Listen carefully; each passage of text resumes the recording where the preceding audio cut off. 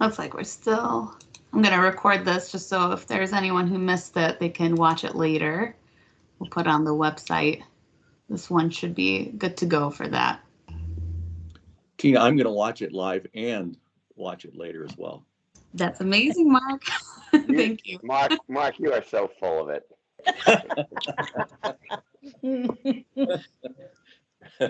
Thanks, Tony. It's probably fairly accurate. Yeah. There we go. I apologize. I just missed this button, or the admittance button. It's going to keep popping up, so I'm sorry, guys, if it's doing that. All right. I don't know. Yeah. All right. So people are slowly joining. Welcome, everyone, if you're joining us for the first time. Just a reminder, if you're not speaking, to put yourself on mute. This way we can hear our speakers in the best way. And if you're on a landline or on your cell phone, if you're joining that way, just make sure to hit the mute button on your device. And then you're also free to use the chat if you haven't yet used it. It's on there's a little dialogue bubble that you can click on and it'll open up the chat there.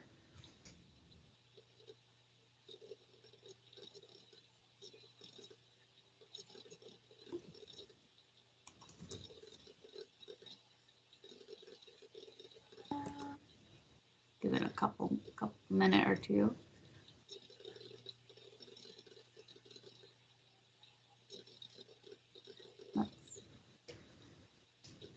Okay. There we go. All right. Do you want to kick off, Lynette, or? Have you covered the housekeeping, Tina? Are we ready to roll?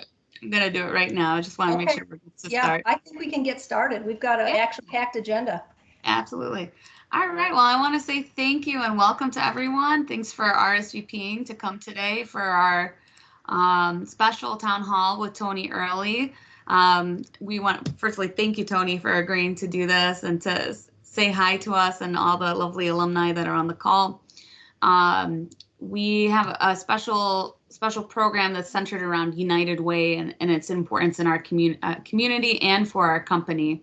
So Lynette is going to take it off pretty soon from me, but I just want to give a warm reminder that if you're not connected to us on Facebook, I'm going to drop the link to the Facebook group in the chat so that you can join us on Facebook. We have a lot of company news that is shared there on a regular basis.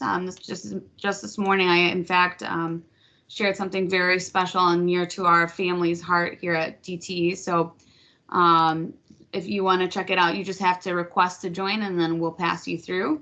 And then we also have our DTE alumni website that if you want to stay in communications with us through our weekly newsletter, you can fill out a form and then we'll add you into our system so that this way you could also record your volunteer hours. So just a good reminder that it's not too late to record those volunteer hours and get a grant for those nonprofits that you care about. There is a threshold for how many hours, but if you serve on a board or just do general volunteerism, there's free dollars that are coming from our foundation that could support those nonprofits that you deeply care about and spend most of your time at. So contact me if you have any questions on how to record your hours. I know I've helped several of you that are on this call before, so super easy for me to go in and assist you with that. So I'm going to drop all those links just really shortly in the chat, but I'm going to pass it over to Lynette. Thank you for being our gracious host along with Tony today. And you'll have a chance to also ask questions too as a group at the end. So I welcome it and I can't wait for the conversation towards the end. Super. Thank you, Tony, or thank you, Tina, and welcome to all of our alumni. We love getting together with all of you, and you know, the longer that our alumni network matures, it's just so neat to see new and more people joining our network and getting activated on these town halls or on the getting the newsletter and things of that nature. And I just see it continuing the DTE family. So thanks for joining in this morning. So today's conversation is really going to be focused on Alumni United and United Way. So we'll spend a good majority of our time talking about United Way and the important impact our alumni can have with United Way. But we're going to have plenty of time for questions and answers. And, you know, having Tony here to take questions and answers is going to be super fun. So I invite you all to think about some questions, curiosities, or even things that you might want to share with Tony, since I know many of you haven't seen him in a while. It's just a great opportunity to connect as a team. So when we were thinking about this session, we were like, who would we like to ask to talk with our alumni about United Way? And we're like, gosh, it would be great if Tony would come in and join us. He's worked with United Way for such a long time, been such a great leader in United Way. And so just by happenstance, I ran into Tony at a United Way event, as you could only imagine. And I said, you know, Tony, we have this amazing alumni network. I know you've worked with us a lot with the Alumni Network. We wondered if you might be able to, he said, Lynette, you just tell me what you need and you've got it. I mean, he was ready to jump in the moment, and we're so thankful and grateful, Tony, to have you with us today. And it didn't feel like we had to twist your arm at all. So thank you for that. You're welcome. So, Tony, how has retirement been? You know, it's hard to believe that it was a decade ago last month that I retired from DTE. Of course, my wife Sarah says that I totally flunked retirement. You may recall I retired actually on a Friday, and then I started on the following Tuesday as CEO of PG&E in San Francisco. So that wasn't much of a retirement. But I retired from there at the end of 2017. So it's been just about 4 years. In 2018, we decided that we wanted to move back to Michigan and move back here to our house in Bloomfield Hills, and had a great time reconnecting with many old friends and colleagues at DTE and around the city. So it's been great. I've been able to be fortunate enough to keep involved with a number of really interesting things. United Way is only one of them, but I'm on the board at Ford Motor Company. I'm on the board at Southern Company, which is of interest to me because they're building the only 2 nuclear power plants under construction in the U.S. right now. And of course, that's been my background for most of my career. But on the nonprofit sector, some of you may know I chair the board of the Detroit Zoo. Zoo's open. Come on over and make sure you see all the attractions there. But I'm also on the board of United Way Worldwide, which is the umbrella organization for United Ways around the country. And that has been a rewarding and challenging experience. So it's nice to have some extra time in retirement, but I'm keeping pretty busy most of my days. It certainly sounds like it. And I know your wife is just as active in so many things. I know Polish the Jewel was just not too long ago, a few weeks ago, another huge success over on Belle Isle. Yeah, we are. When our community heard you and Sarah were moving back to Michigan, oh gosh, it was delightful for all of us. So we're grateful to have you back. So when we think about United Way, I just thought I would share a little bit about remind people around last year's United Way campaign. Last year, our campaign brought in just under $1.5 million. And in the midst of COVID and in the midst of the pain and the distraction and the uncertainty that brought to all of us as families and as neighbors, and the grief and the loss that many of us experienced, we still saw the generous heart of DTE come through in a huge way. Our alumni alone contributed $70,000 to United Way last year, which is absolutely spectacular. The 211 hotline that United Way provides for utility assistance. Most of you know it provides, just critical resources to our communities when they need it the most. And last year, many of the calls to 211 were the very first calls many individuals had ever made to a United Way agency, because there was a desperation that was felt last year that we hadn't experienced in a very long time. So today we're going to talk more about United Way. If you don't invest, I invite you to consider as much as a dollar, or as little as a dollar, as much as you care. If you've been contributing for a very long time, we thank you for that. And every penny counts. And of course, DTE Foundation does a significant match to every dollar that you invest. So it's a great investment to help our neighbors and friends. So so that's just kind of the high level summary. At DTE, we always try to beat last year's goal. So I think, Tina, we're charting for like 1.6 some odd million dollars to this year. And is that the number, 1.6? 1.5. I think we're doing 1.5 again. I think we're gonna get there. But if we go to 1.6, that's amazing. Yeah, well, I'm going to say 1.6 for now, but that way it'll assure we get that 1.5 goal. So with that, so Tony, you've been wearing the United Way badge for so long. Of all the things you could invest your time, treasure, and talent to, why is United Way important to you? Well, let me start off and first apologize if I lose my voice here. We went to visit one of our grandsons in Atlanta who has just started daycare, and I caught every kind of cold that he brought home. So I may lose the voice, but that's because I'm so happy to talk about United Way. And let me just talk a little bit about my United Way journey, which is about 50 years old. As a young submarine officer in the Navy, I was assigned to run the United Way campaign on a submarine. Now, you think, man, that's really cool. No, it was considered, okay, the junior person got the worst job. And I was the junior officer on board and was assigned to the campaign. I didn't know anything about United Way. We were stationed in San Diego. In the early 70s, San Diego was a boom town. But like many United Way campaigns, they take some of the volunteers around to visit some of the locations that they support. And I was just amazed that in a town that was so affluent and had such growth, that there were still pockets of severe need in the community. And to this day, I remember that experience thinking, these folks are really focusing on what many people don't even realize is happening. So I was, involved in United Way campaigns while I was in the Navy, and I probably took a hiatus while I was in law school.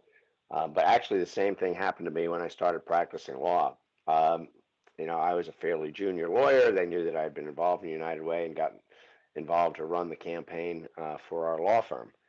And I was in Richmond, Virginia at the time. Richmond was a growing town. It was one of the in places to be.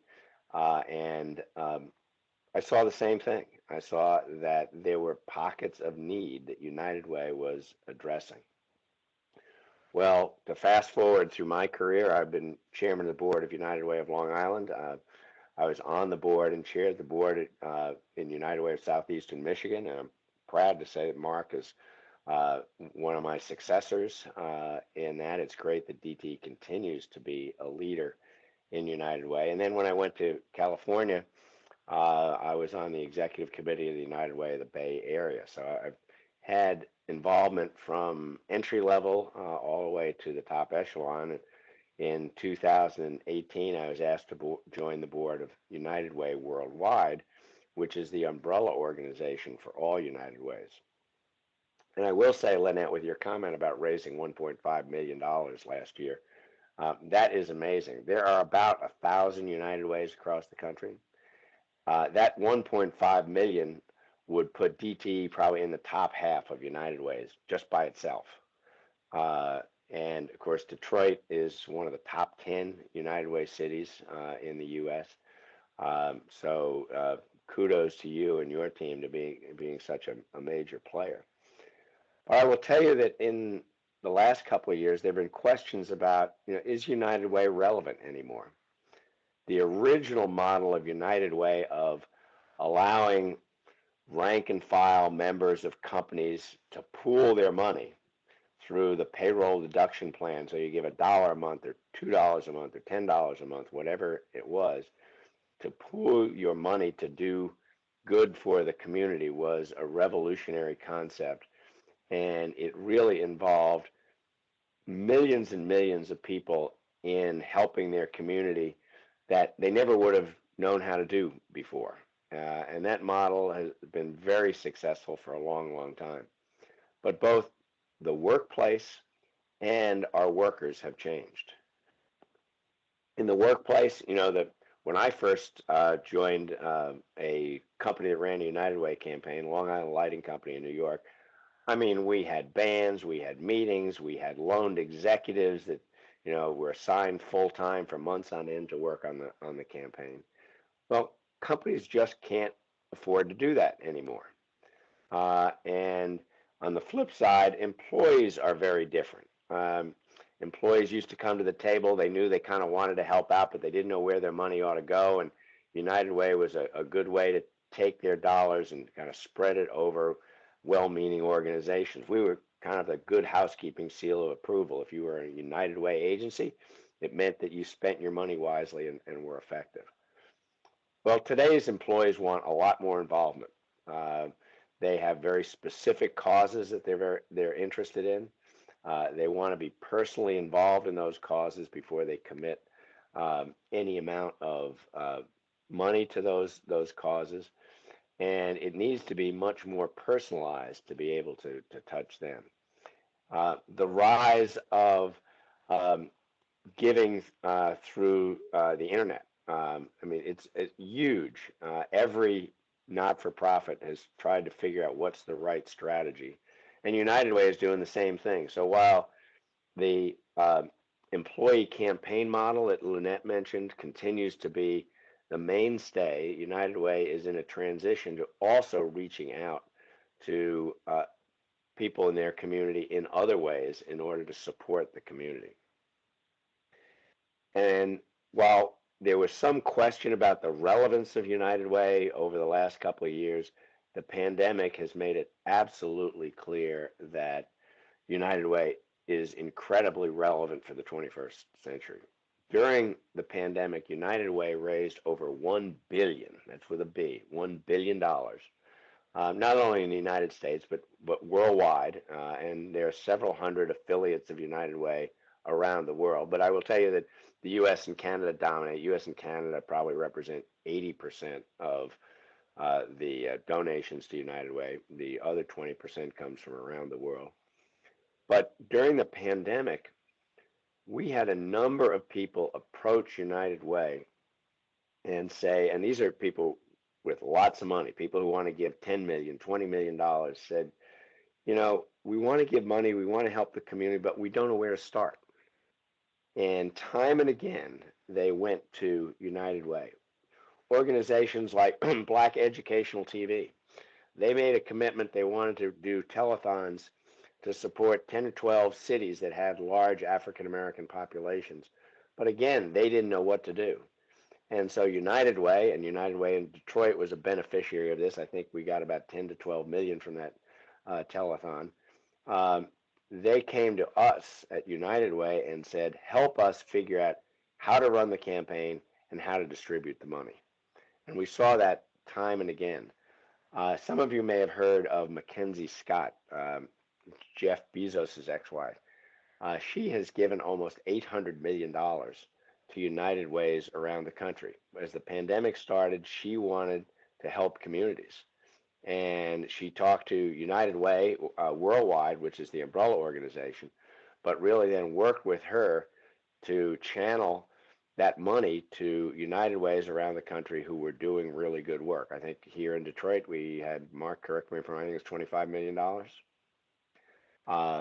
So the pandemic has really reinvigorated the United Way brand as an organization that going forward, if there's a crisis in your community, or when there's not a crisis, when you're just trying to focus on what are the key issues for the community. Those are the folks that you ought to go to, the United Way folks. And we're fortunate in Detroit to have an incredibly dynamic leader, Darian Hudson.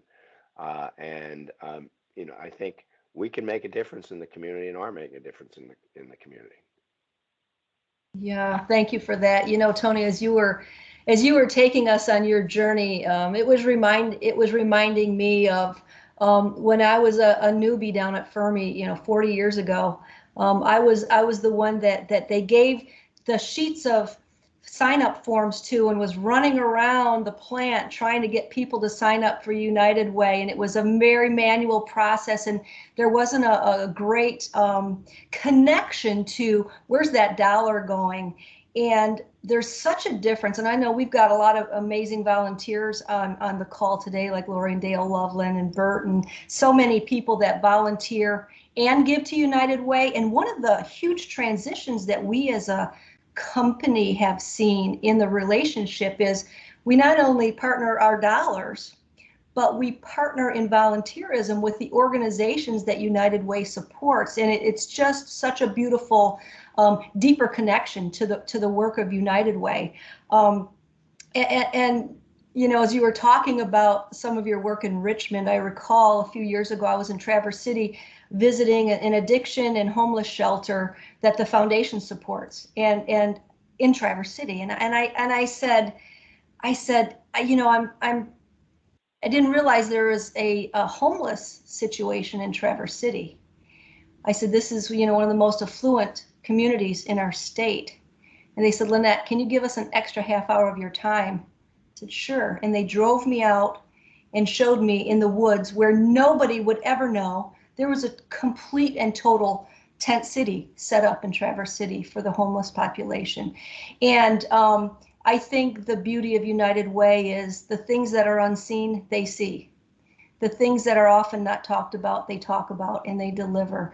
And the other, I think, shift from when I was running around handing out those sheets at Fermi 40 years ago is the partnership that we have with United Way across the state of Michigan. When I think about your leadership, Tony, I think about Mark. Jerry Norcia is going to be, he's chairing Southeast Michigan's campaign. So our executives have always been invested, but United Way Lakeshore, United Way Southeast Michigan, they're invested in our company. They talk to us about what challenges we're trying to solve. They work with us around talent pipelines. They work with us about sustainability of our communities. And it's a partnership that I think over the years has just grown to be mutually beneficial to us in being a force for good in our communities, as well as ultimately reaching our most vulnerable residents. So it's just growing every year. And it's through the leadership of people like you, Tony, Mark, Jerry Norcia, and others. So Tony, can you talk a little bit about some of the different affinity groups within United Way? Well, there are a whole range of affinity groups. You start with the de Tocqueville Society, which is a group of individuals at every United Way that are capable of contributing $10,000 a year. And they tend then to focus on trying to understand what are the needs of the community. And that group gets together multiple times during the year to talk about what are the needs in the community. And I'll give you an example of the two-way street United Way is, because not only does it collect money and give it out, but it also analyzes the needs of the community. So at the beginning of the pandemic, I don't think any of us realized the role that childcare was going to play in community health, because all of the frontline workers, a lot of them, the nurses, some of the interns and things like that, needed childcare in order to be able to get to work to fight the pandemic. And United Way was one of the first organizations to recognize that. And United Way traditionally wasn't that supportive of childcare, but realized at that point in time, childcare was critical to helping the community.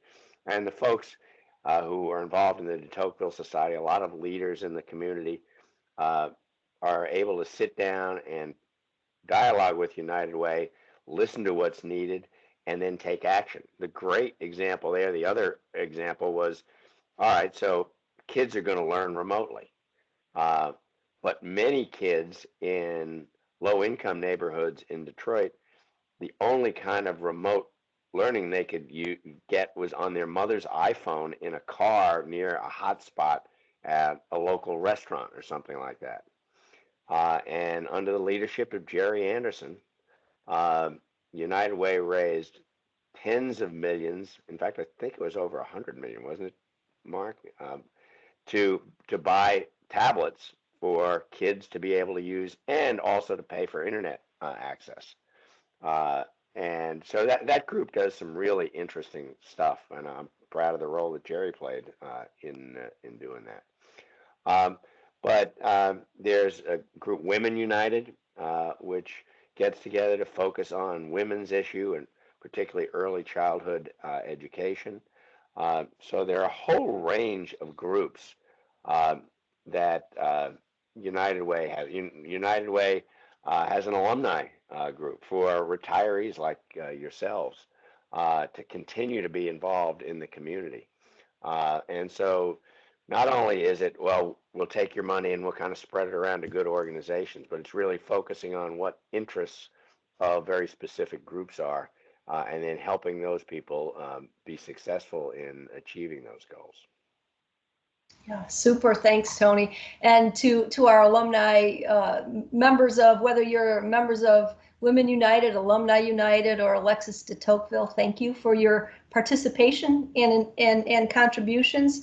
And for those that are not, if you have any curiosity about them, want to learn more, Tina is your person. She will help connect you if you want to learn more about Women United, which is a fun and dynamic group that, of course, DTE is a big leader in organizing and progressing forward. So I just invite you to reach out to Tina if you have any interest in any of the United Way affinity groups. So with that, I think we're gonna turn the meeting a little bit. We've got about 15 minutes left, and now is really your time to ask questions or share stories with Tony and the rest of the team, or if you have questions for Tina or myself, we'd certainly take them as well. So I invite you to jump in chat and type in your questions, or put your hand up, and we will catch you. So, any questions? Yeah. I think we got one from Mark while Tony was talking about, it's still on the topic of United Way, but he had asked what is the biggest regional challenge that that we might face right now, according to some Alice data with United Way. If you may know that answer to Tony. It's more, the question, Tony's more regional. I mean, you've got the benefit of having spent a lot of time in Eastern Michigan yourself. You know the United Way and the working United Way, not just USM, but worldwide. So, regionally, what's the biggest challenge in front of us? So I think the way to characterize it is we need to bring ourselves in the 21st century. I really smiled when Lynette said she went around with the sheets of paper and getting people to sign up. We are still doing it that way. In particularly in the smaller United Ways, it's very manually intensive. I mean, a quick personal story. So when I got to California, I obviously had been involved in United Way for years and years.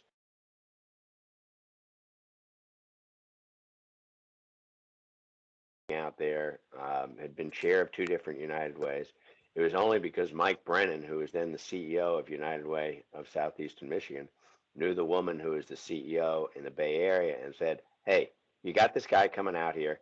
You ought to talk to him about United Way, which happened, and that's how I got involved in the board there. But I will tell you, I had 6 or 7 new executives that I hired into PG&E who all had the same reaction. They said, nobody from United Way ever talked to us, and we were the Tocqueville Society members at our prior companies. I'm helping United Way with a fundraising campaign to kind of do a digital transformation, because I asked the question, all right, we need to raise some money. Give me the list of all the former chairmen of United Ways in the Midwest, and are they still involved? What's their giving history? They had no clue. Hmm. And then the other way on the operations side, think of it. So I said there are 1,000 United Ways in the U.S. There are 1,000 then CFOs of United Ways, chief marketing officers of United Ways, and some of these United Ways give or collect less than DTE alone. I recently ran the search for a new CEO of United Way Worldwide, and I got kind of a nasty note from the United Ways in the state of Vermont, and there are 7 or 8 of them saying, why weren't they included in the search committee? And these search committees, I think we had 9 people on it. You've got all the big United Ways, and they want to know why they didn't have at least 1 member on it. None of them raised more than $2 million a year. My family is very familiar with Vermont. I didn't know there were 9 cities in Vermont. So we have got to do some reorganization, refocusing, and doing the digital transformation that companies like DTE did 25 years ago, so that you can hit a button and you get the data you need to really operate effectively. Yeah, awesome, awesome. We've got a question here from Nancy. How has Mark's leadership changed the trajectory for United Way versus DTE's interests? And how much advantage do we have with Tony and Sarah back in Michigan, directly connected to United Way Worldwide? Maybe I'll pitch that, Mark, to you and get your perspective on your influence and where we're going. Sure. So thanks, Nancy. I really want the United Way board to focus on board service. And that sounds, kind of perfunctory. It sounds pretty easy, but board service is really important. And we are there to provide some oversight and some governance and some input and once in a while sage advice. But we're really there because we have relationships and we have resources and we can bring those resources to bear. I thought the question about Affinity Groups was a great question. We've got Tech United.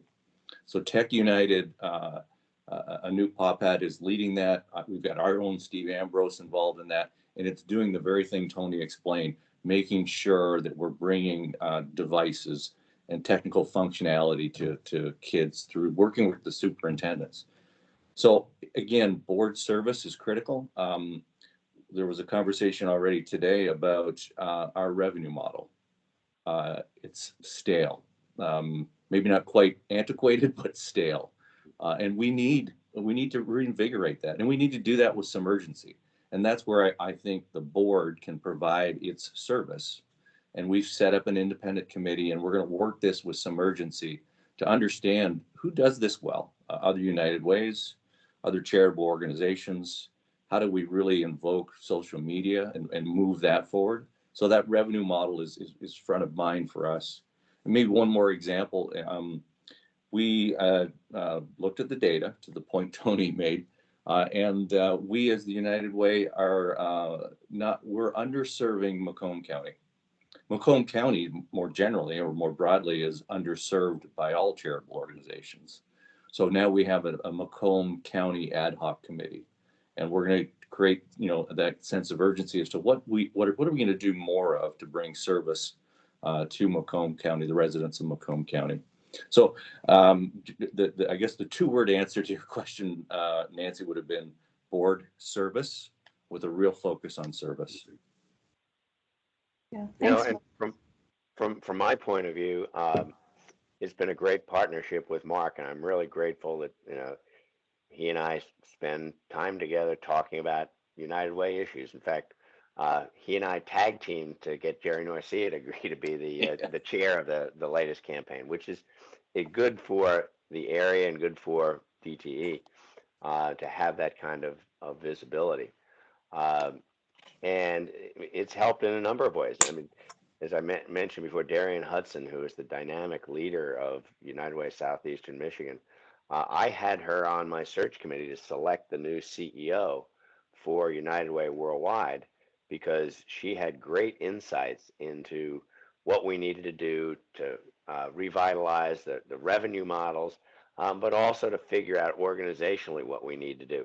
We got a wonderful new CEO who comes to us from Easter Seals, had done a revamping of Easter Seals. I mean, I think most of us wouldn't know what Easter Seals does anymore, but she really has made great strides there, and she brings amazing credentials to run United Way worldwide, and I think you're going to see some real progress there. But Detroit is a real player because of folks like Jerry Norcia and Mark being actively involved, and I really appreciate that they've included me in a lot of their discussions.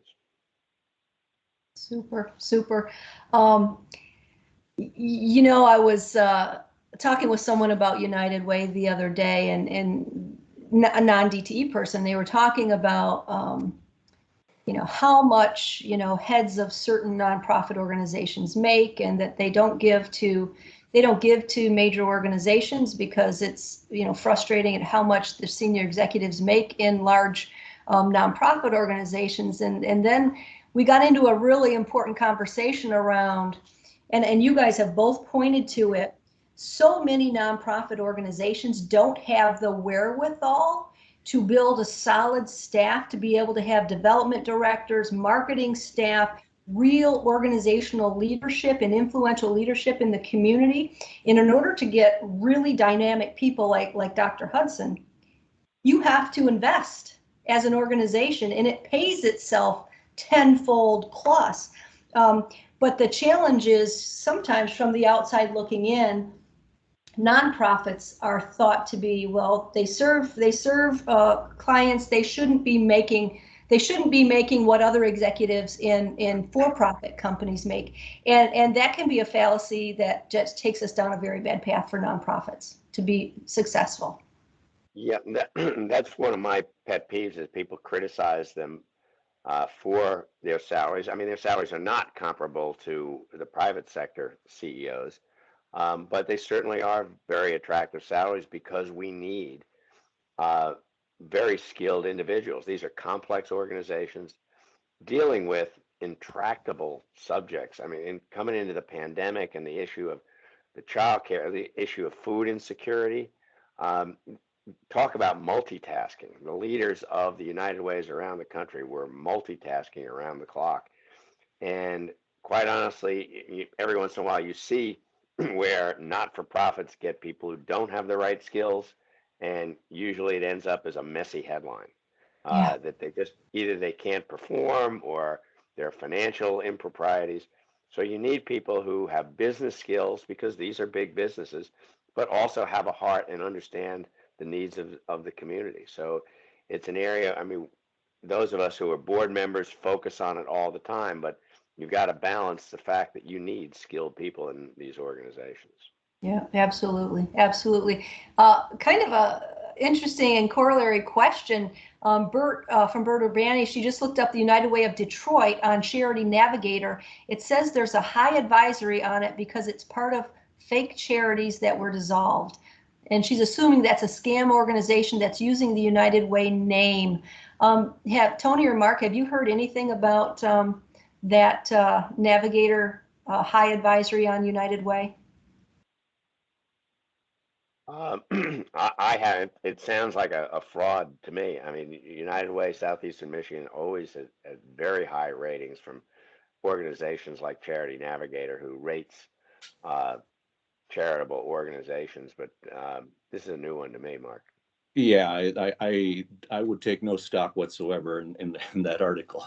You know, as former treasurer for USUM, we brought Charity Navigator and the metrics associated with how we spend, you know, the dollars that we receive, how we are, you know, very frugal in spending those dollars.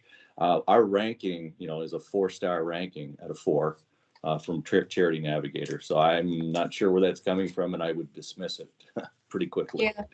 Yeah. And you know, I think Bert, just by virtue of asking the question, that's exactly what our alumni need to do. Like if you see something that puts a question mark in your mind, ask us the question. We will track it down. And Tina, I'm going to ask you to maybe do just a little bit more research with Bert and get our alumni some feedback on this. But, you know, for any and all of you, if you have an experience that tells you something counter to the vision that we have in the partnership with United Way, we want to hear it, and we want to provide that feedback or positive insights. We definitely need to hear that. Hey, Tina, I'll make it easy for you. Contact Steve Schwartz, and he can give you the Charity Navigator metrics for our year ended June of 2021. Yes, and actually we're lucky enough. We have some people from United Way of Southeastern Michigan on the call, and Dan Calling dropped the link in the chat for the current Charity Navigator score. So if you wanted to check that out, it's there too. There you go, Tina. Everyone's making your job easy. Yes, I'm so lucky. Excellent. All right. Any closing questions or comments for Tony today, team? So maybe on a personal note, you know, Tony, thank you for all you do. It's not something that's required. Your passion shows through for this community, actually for many communities. So thank you for all you and Sarah do. Well, thanks. And it's a great pleasure to work with you and the whole DTE team, and really focus on how can we make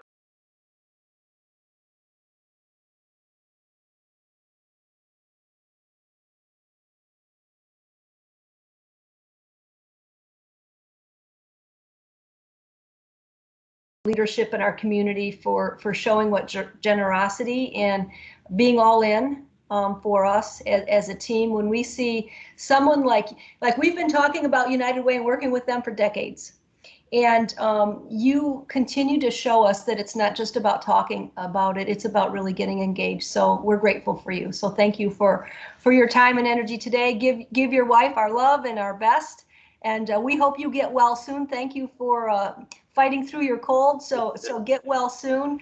We wish you nothing but the best. And for our alumni, the sun is shining in Michigan in the fall, so get outside and enjoy your day. If you have any questions about United Way or anything going on at DTE, reach out to us, and we look forward to seeing you all very, very soon. I know Tina's got some cool things already scheduled, and I'm not going to let out any secrets, but I can tell you after the first of the year, we've got a really super cool United Way Alumni Town Hall coming up. So stand by. You'll probably all be flying out to Florida by then. But in the meantime, we'll talk to you all soon. Be safe. Take care of one another. Thank you all. Thanks, Lynette. Thank you, guys. Thank you, Lynette. Thank you. Bye-bye. Thank you, everyone.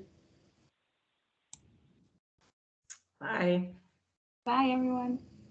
I'll stay on just a little bit.